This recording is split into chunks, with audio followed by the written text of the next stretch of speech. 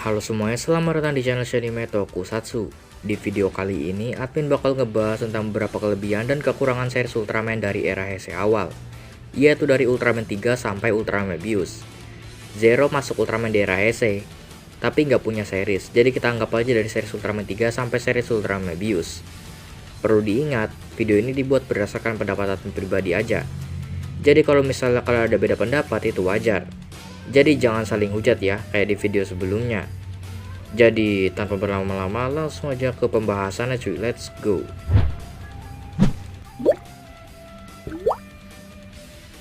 Nah yang pertama kita bahas dari kelebihannya dulu, yang ada pada series Ultraman di era Heisei awal. Yang pertama yaitu romansnya, yang dapat banget antara main hero-nya dengan pasangannya, yang bener-bener dapat banget chemistry-nya di hampir semua series Ultraman dari era Heisei awal ini, yang membuat penonton bisa terbawa dengan alur cerita yang ditayangkan. Jadi nggak boring aja gitu kalau misalnya kita nontonnya. Ini juga yang menjadi ciri khas tersendiri bagi Ultraman yang ada di era Heisei awal atau Heisei fase 1 ini, dibandingkan dengan era lainnya. Tapi bukan berarti di era lainnya nggak ada ya. Maksudnya era Heisei awal ini yang paling dapat romansnya dibandingkan dengan era lainnya. Yang kedua, nggak bawa nama pendahulunya. Ini yang membedakan para Ultraman di era itu dengan era sekarang. Ya dimana kalau di era Heisei awal, para Ultraman ini akan berjuang sendirian sepanjang seriesnya, tanpa campur tangan para Ultraman pendahulunya, yang menurut admin adalah suatu kelebihan yang dimiliki oleh para Ultraman di era ini. Jadi bener-bener nunjukin kekuatan sebenarnya dari Ultraman utama di seriesnya. Jadi mereka itu mandiri, murni kekuatannya sendiri, gak dibantu oleh Ultraman lainnya, dan gak pakai kekuatan pendahulunya sebagai kekuatan mereka.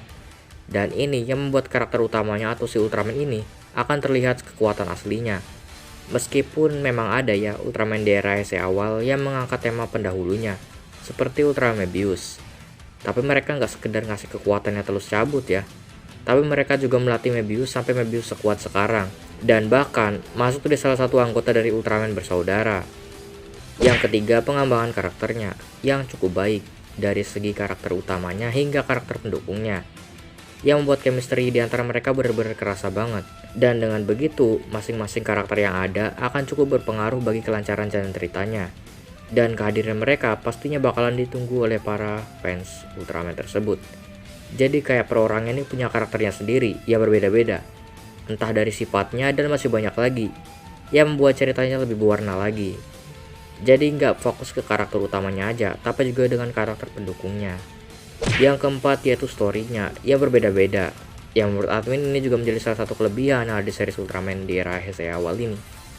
Kayak latar belakangnya juga diceritain, jadi mereka tuh ada tujuannya sendiri, mereka tuh bertarung buat apa, dan gimana caranya buat membuat keadaan jadi damai dari ancaman. Dan story ini juga beragam banget, ada yang gelap atau dark, ada juga yang biasa aja, tapi cukup baik.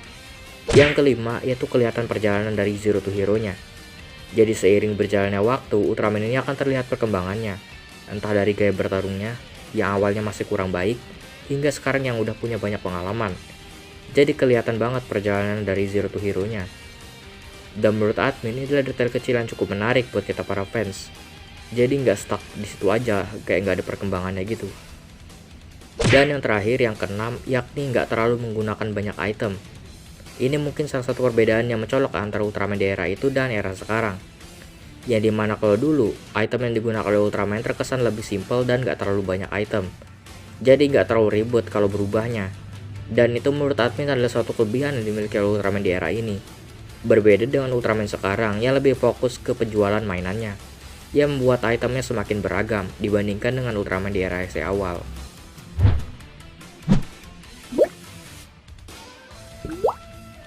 Nah setelah kita ngebahas tentang kelebihannya, sekarang kita bakal ngebahas tentang kekurangannya menurut pendapat admin pribadi aja. Yang pertama yaitu banyak episode filler. Nah buat kalian penonton lama pasti nggak kaget dengar ini, karena emang bener series Ultraman di era Heisei awal lebih sering memunculkan episode filler yang malah menutupi cerita utamanya. Jadi nggak ada kaitannya sama cerita utamanya, yang malah bikin kita ini boring kalau nontonnya. Jadi terlalu banyak episode fillernya. Dan itu juga menjadi salah satu penyebab banyaknya episode yang ada di series Ultraman zaman itu. Jadi kesannya kayak bertele-tele aja gitu ceritanya. Itu menurut pendapat admin pribadi aja ya. Yang kedua, gak jelas asal-usulnya. Nah tadi kan kita bahas storynya ya.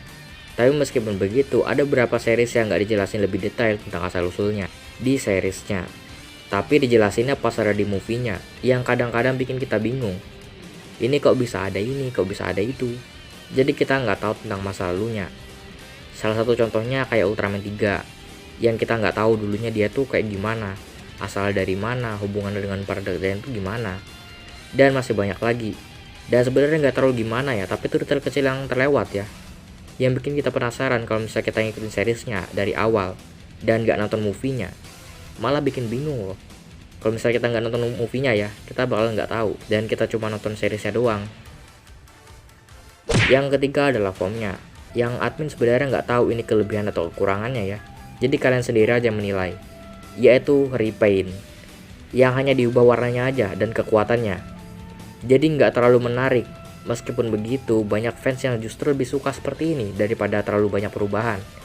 Namun buat pencinta SHF atau kolektor SHF, hal ini pastinya cukup gimana aja ya. Karena cuman repaint aja loh. Apalagi kebanyakan Ultraman di era ini hanya bertarung dengan tangan kosong saja dan tidak menggunakan senjata. Jadi gimana menurut kalian? Yang keempat yaitu bukan untuk segala umur. Jadi ada beberapa Ultraman di era ini yang memang dikhususin buat para penonton remaja dan dewasa, seperti Ultraman Nexus dan yang lainnya. Berbeda dengan Ultraman sekarang ya rata-rata memang dikhususkan buat anak-anak atau segala umur. Jadi hal ini yang membuat series Dark tidak laku pada saat penayangan pertamanya. Ya notabene-nya kebanyakan penonton Ultraman itu adalah anak-anak. Dan sebenarnya ada juga beberapa Ultraman yang bisa ditonton oleh segala umur, seperti Ultraman Max dan yang lainnya lagi. Dan hal ini sebenarnya bukan gimana ya, cuman buat rating aja sih. Dan karena ada beberapa adegan yang gak boleh dilihat oleh anak-anak, jadi agak sedikit beresiko sih. Itu menurut admin pribadi aja. Jadi kalian jangan baper ya kayak kemarin. Nah mungkin itu aja beberapa kelebihan dan kekurangan series Ultraman di era HC awal. Kalau misalnya ada yang kurang, boleh kalian tambahin aja di kolom komentar di bawah. Jadi admin undur diri. Kalau kalian suka video ini boleh di like, dislike kalau nggak suka, dan sampai jumpa di video pembahasan Ultraman yang lainnya lagi. Bye.